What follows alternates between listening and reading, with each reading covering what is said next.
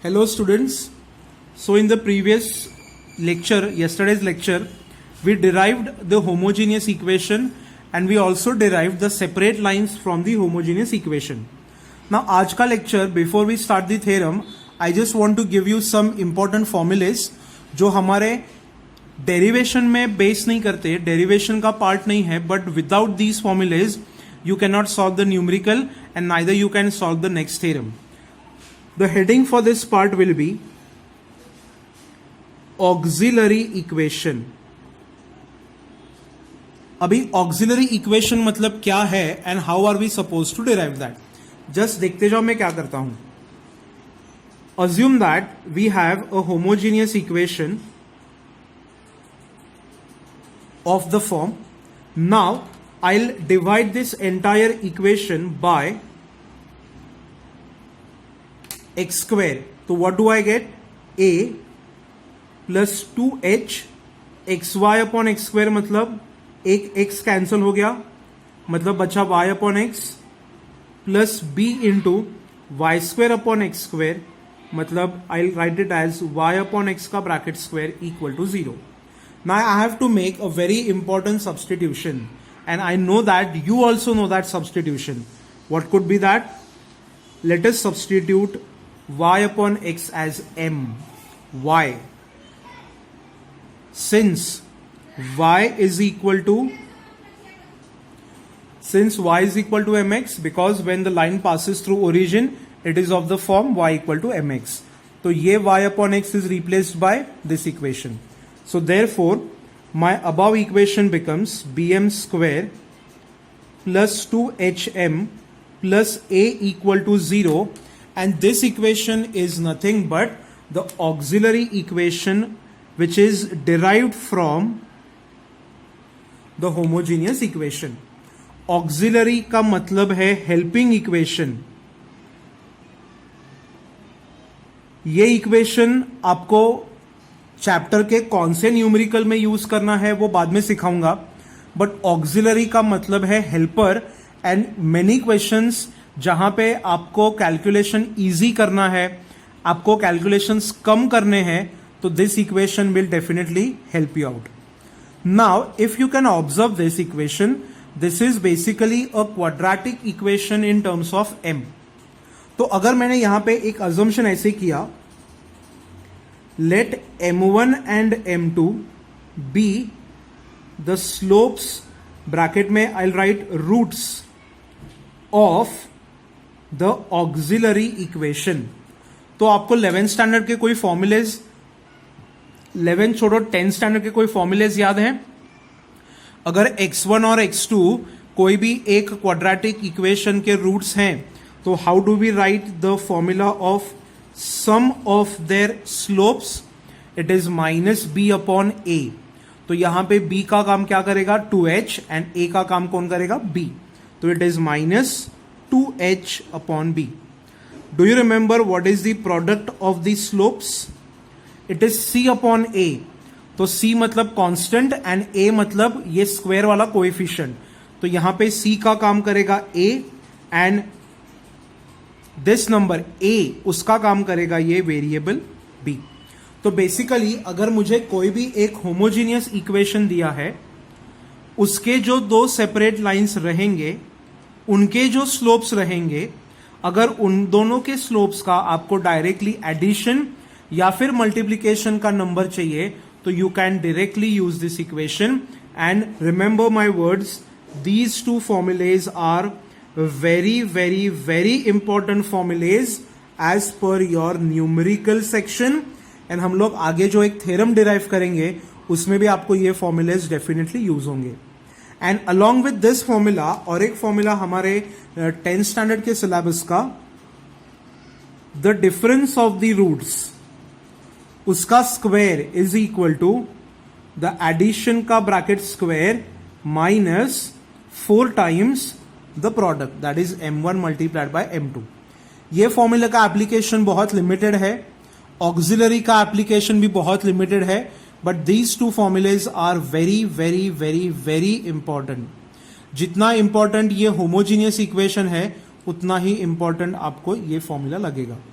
तो did you understood what is auxiliary? कोई भी एक होमोजीनियस इक्वेशन को एक्स स्क्वायर से डिवाइड करके y अपॉन एक्स को m से रिप्लेस करके अगर आपने एक quadratic equation in terms of variable m prepare किया तो that quadratic is nothing but aux equation.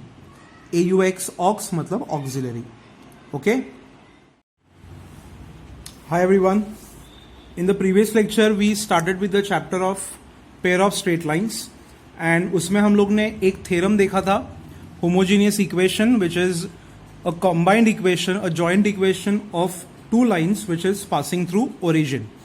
and उसपे से हम लोग ने थ्योरम में से एक फॉर्मूला डिराइव किया था कि अगर कोई भी जॉइंट इक्वेशन हमें दिया है एंड उसमें से अगर उसके सेपरेट लाइंस इफ फैक्टराइजेशन के प्रोसेस से नहीं आते हैं तो हम लोग वो दो फॉर्मूलेज यूज करके वो न्यूमेरिकल जो है वो सॉल्व कर सकते हैं.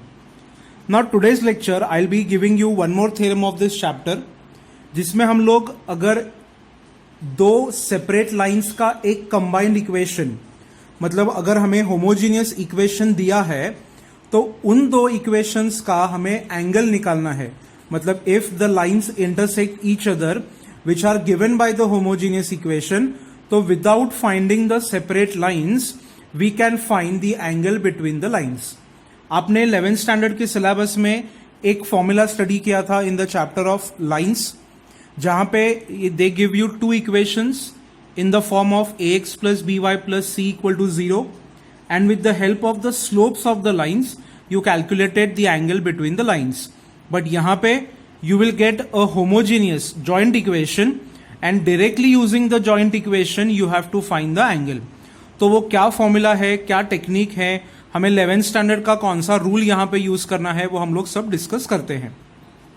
तो थ्योरम ऐसा है, proof that the acute angle between the pair of lines given by the homogeneous equation ax square plus 2hxy plus by square equal to 0 is given by and now the formula will be ये formula आपको numerical के लिए याद रखना है, learn करना है and if the theorem is given to proof तो ये फॉर्मूला दिया जाएगा tan theta is equal to modulus of 2 under the square root h square minus ab divided by a plus b where a plus B is not equal to 0.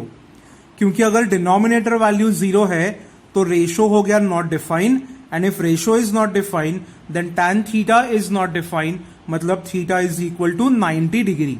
तो मतलब basically क्या हुआ कि ये जो इक्वेशन मुझे यहां पे प्रोवाइड किया है this equation will be nothing but the condition of perpendicular lines. वो हम लोग बाद में लिखेंगे नेचर ऑफ लाइंस के पार्ट में, बट अभी सिर्फ इतना याद रखना है कि you have to prove this. Now what is the process, कैसे प्रूव करना है? सिंपल थ्योरम है, let m1 and m2 be the slopes of the lines given by the homogeneous equation. ये होमोजीनियस इक्वेशन के जो दो सेपरेट लाइंस हैं वो दो सेपरेट लाइंस के इंडिविजुअल स्लोप्स जो है वो है m1 और m2. तो हम लोग ने हमारे 11th स्टैंडर्ड की सिलेबस में एक फॉर्मूला स्टडी किया था जिस फॉर्मूला में वी हैड द एंगल कैसे कैलकुलेट करना है उसका एक न्यूमेरिकल बेस्ड फॉर्मूला हमारे सिलेबस में दिया था.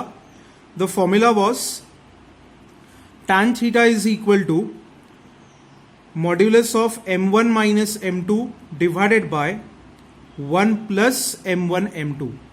Do you remember this formula? जिसमें हम लोग ने लिखा था m1 m2 cannot be equal to -1 क्योंकि अगर ये -1 है तो डिनोमिनेटर 0 हो गया. तो let m1 and m2 be the slopes of the lines given by the homogeneous equation. Therefore the angle between the lines is given by the formula from 11th standard. तो अभी अगर मुझे ये फॉर्मूला को इसमें कन्वर्ट करना है तो I have to write the values of m1 minus m2, I have to find the values of m1 multiplied by m2. तो अभी ये दो वैल्यूज कहां से आएंगे? तो प्रीवियस स्लाइड आपने अगर देखा है, आपने अगर अच्छे से स्टडी किया है, तो उसमें मैंने आपको दो फॉर्मूले सिखाए हैं.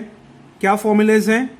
m1 multiplied by m2 is equal to a upon b, auxiliary equation में से डिराइव किया हुआ formula, and m1 minus m2 का bracket square is m1 plus m2 square minus 4m1 m2. Previous slide अच्छे से देखा है तो उसमें आपको डेफिनेटली ये जो फॉर्मूला है वो दिखाई देगा, ये फॉर्मूला जो है वो भी आपको वहां पे दिखाई देगा. तो अभी what is the formula for m1 plus m2? Minus 2h upon b का bracket square minus 4m1 m2 मतलब 4a upon b. Now this is equal to 4h square upon b square minus 4a upon b. दोनों का अगर denominator मुझे b square करना है तो यहां पे I have to multiply by b. So this is 4h square minus 4ab, and if I take 4 common, so bracket gives me h square minus ab upon b square, and this is the value of square. Now I take roots on both sides. तो ये plus 4 का root plus minus root 2, plus minus 2 I am sorry, ये bracket का root h square minus A B, and denominator में जो b square है उसका root आ जाएगा b. This will be my equation number b, and यहां पे जो मैंने इक्वेशन लिखा है this I will just mention as equation number a. तो अभी इक्वेशन नंबर a और b को अगर हम लोग कंबाइन कर दे तो मुझे tan थीटा का क्या फॉर्मूला मिलेगा? तो यहां पे I will say from a and b. I'll just write the formula for you now. Tan theta is equal to modulus में न्यूमरेटर में था प्लस m1 माइनस m2, तो plus minus 2 under root h square minus A B divided by b, and denominator is 1 plus m1 m2, तो 1 plus m1 m2 का formula है a upon b. Modulus complete. अभी ये b को यहां पे cross multiply कर दो तो ये हो जाएगा a plus B, and numerator के b को डिनोमिनेटर के b के साथ कैंसिल कर दो. So therefore tan theta is equal to plus minus 2 under root h square minus A B divided by a plus B and modulus. Now because of this mod sign, ये जो plus minus है वो आप हटा सकते हो. सो therefore tan theta is equal to 2 under the square root h square minus ab divided by a plus b and mod, and आगे यहां पे लिखना है where a plus b is not equal to 0. तो ये हो गया आपका 4 मार्क्स का थ्योरम, जिसमें आपको सिर्फ 11th स्टैंडर्ड का tan थीटा का फॉर्मूला और 12th स्टैंडर्ड के 3 formulas, the sum of the slopes, product of the slopes and the difference of the slopes, जो हम लोग ने प्रीवियस स्लाइड में in the form of auxiliary equation study किया. तो ऑक्सिलरी इक्वेशन भी बहुत इंपॉर्टेंट है, and similarly the formula. So practically अगर सोचें तो ये फॉर्मूला, ये थ्योरम यहां पे खत्म हो गया. But just as a safe side, आपको हमेशा जब आप ये थ्योरम सिलेबस के बोर्ड के पेपर्स में लिखोगे तो you have to mention a point which is called as nature of lines. इस पे ये चैप्टर के आगे वाले सिलेबस में हमारे पास न्यूमेरिकल्स भी हैं. तो बेसिकली नेचर ऑफ लाइन्स मतलब क्या, कि अगर दो लाइन्स इंटरसेक्ट करते हैं तो उनके बीच का जो एंगल है उसकी अगर एक स्पेसिफिक वैल्यू हमारे पास है तो वो स्पेसिफिक वैल्यू पे से हम लोग वो दोनों लाइन्स का बिहेवियर चेक कर सकते हैं. तो फर्स्ट नेचर ऑफ लाइन्स का पॉइंट है पैरेलल लाइन्स, और I can say coincident lines. Any two lines can be parallel और कोइंसिडेंट. तो हम लोग ये कैसे चेक करेंगे? तो आपका जो लॉजिक है वो सही है. slopes are equal, lines are parallel, but do we have separate lines over here? No. Can we find the slopes of the separate lines? No, क्योंकि हमारे पास directly क्या अवेलेबल है? The joint equation. तो using which formula, using which condition can we check whether the lines are parallel or not? तो एक formula आपको हमेशा याद रखना है, h square minus ab is equal to 0, or you can say h square is equal to ab. Now where does this formula come from? Look at this equation. When the lines are parallel, the angle is 0. So tan 0 is 0. तो अगर tan theta की value 0 है तो ये numerator 0 हो गया. अभी 2 is a constant, it cannot be equal to 0. मतलब this root is 0. And when does the root become 0? जब रूट के अंदर वाला फैक्टर 0 हो गया. And that is what I have written. So in case अगर कोई भी होमोजीनियस इक्वेशन में से आपको अगर उसके सेपरेट लाइंस का नेचर अगर स्टडी करना है तो without factorizing, without finding out the lines, separate lines, without finding out the slopes, you can use the method h square equal to A B या फिर h square minus A B is 0. इसमें h, a और b की values put करो, you will automatically check, you will automatically get the answer whether the lines are parallel or not. Point number B, perpendicular lines. तो perpendicular lines की condition तो हम लोग ने थ्योरम के स्टेटमेंट में ही स्टडी की है, a plus b should be equal to 0. सी ये जो फॉर्मूलेज हैं उस पे आपको न्यूमेरिकल थ्योरी में भी आएगा एंड 2 मार्क्स के लिए सीईटी में भी क्वेश्चन पूछा जाएगा.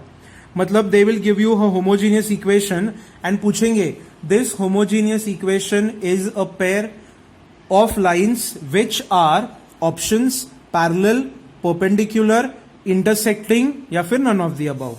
तो 3 ऑप्शंस आपके पास वैलिड हैं, पैरेलल, इंटरसेक्टिंग एंड परपेंडिकुलर. तो as per the required condition you can find the option. Point number 3, intersecting. Now what is the difference between intersecting and perpendicular? Perpendicular lines भी intersect होते हैं but उनके बीच वाला angle 90 है. But intersecting lines मतलब क्या? The angle between the lines will be acute. मतलब 0, less than theta, less than 90. And how do we check this? तो ये जो factor है it should be a positive number which is not equal to 0. Positive number मतलब यहां पे कुछ ना कुछ तो रूट निकलेगा एंड ये इक्वेशन सिंप्लीफाई हो जाएगा. तो tan थीटा की sum value you will get and that value will give you the required angle which will be always an acute angle.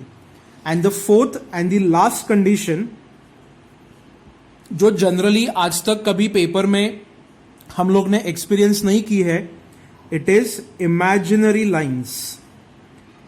मतलब वैसा कोई होमोजीनियस इक्वेशन ही एग्जिस्ट नहीं करेगा, वैसा कोई सेपरेट लाइंस का भी पार्ट नहीं रहेगा.